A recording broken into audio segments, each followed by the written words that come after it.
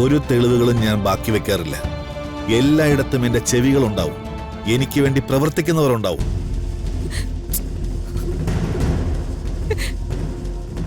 നിങ്ങളുടെ കുട്ടി എന്റെ പേര് പോലും മെൻഷൻ ചെയ്യാതെ സിംബോളിക്കായി എഴുതിയ കഥയിൽ ഞാൻ വില്ലനായി വന്നത് എങ്ങനെ ഞാൻ അറിഞ്ഞു എന്ന് നിങ്ങൾ ചിന്തിച്ചില്ലേ? അതൊക്കെ എന്തോ തെറ്റിദ്ധാരണ മൂലം സംഭവിച്ചാണ്.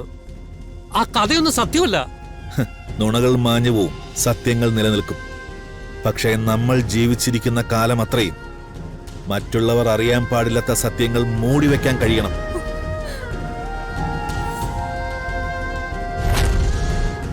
അതിലാണ് നമ്മുടെ മിടുക്ക്, അതിലാണ് നമ്മുടെ നിലനിൽപ്പ്. അയ്യോ, എന്റെ നിലനിൽപ്പിന് വേണ്ടി ഞാൻ എന്തും ചെയ്യും. അതിപ്പോ എനിക്ക് ചെയ്യാൻ ഇഷ്ടമില്ലാത്ത കാര്യമാണെങ്കിൽ പോലും. മിസ്റ്റർ മഹാദേവൻ, നിങ്ങളുടെ ചേട്ടനും ആ പോലീസുകാരിയും കൂടി എനിക്കെതിരെ ഉണ്ടാക്കിയ ആ തെളിവുകളെല്ലാം ഞാൻ ഒരിക്കൽ ഇല്ലാതാക്കിയതാണ്. പക്ഷേ അയാൾ അതിൽ എന്തൊക്കെയോ ബാക്കി വെച്ചിട്ടുണ്ട്. ഇല്ല, അങ്ങനൊരു തെളിവ് ഇവിടെ ഇല്ല. പൂർണിമയ്ക്ക് എന്തോ മനസ്സിൽ തോന്നിയത് മോൾക്ക് കഥയായിട്ട് പറഞ്ഞു കൊടുത്തു. അവളത് സ്വന്തം ഇഷ്ടത്തിന് എഴുതിയെന്ന് മാത്രമേ ഉള്ളൂ. ഒരു തർക്കത്തിന് ഞാനില്ല. കാര്യങ്ങളെ പൂർണിമയ്ക്കറിയാം.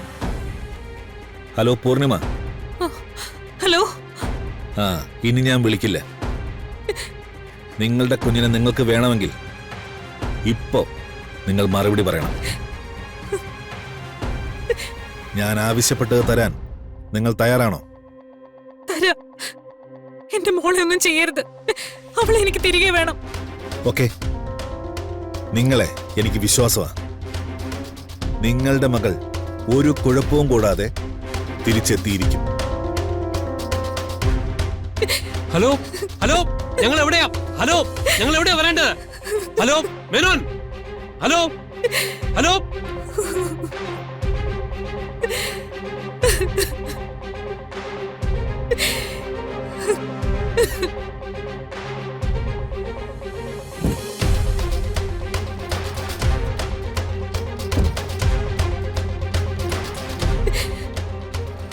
മോളെ, നീ എവിടുന്ന് തെളിവ് കൊടുക്കാൻ പോന്നെ? എന്ത് വിചാരിച്ച അയാളോട് അങ്ങനെയൊക്കെ നീ പറഞ്ഞേ? അതെ ചേച്ചി, അങ്ങനെ ഒരു തെളിവും ചേച്ചിയുടെ കയ്യിൽ ഇല്ലെന്നല്ലേ പറഞ്ഞത്. പിന്നെ ഇപ്പൊ അയാൾക്ക് എന്തെടുത്ത് കൊടുക്കും? കൊടുക്കാമെന്ന് പറഞ്ഞിട്ട് കൊടുക്കാതിരുന്ന അയാൾ ധ്വനിമോളെ തിരിച്ചു തരുമോ?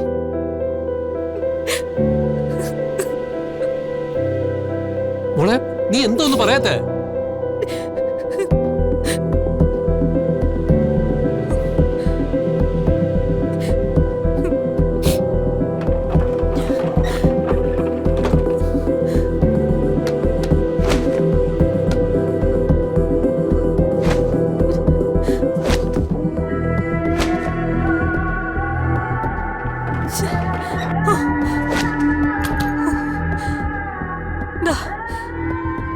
ഇതെന്താ മോളെ? അയാൾക്ക് കൊടുക്കാനായി ഇത് എന്റെ കയ്യിലുള്ള ചെറിയ നോക്കട്ടെ.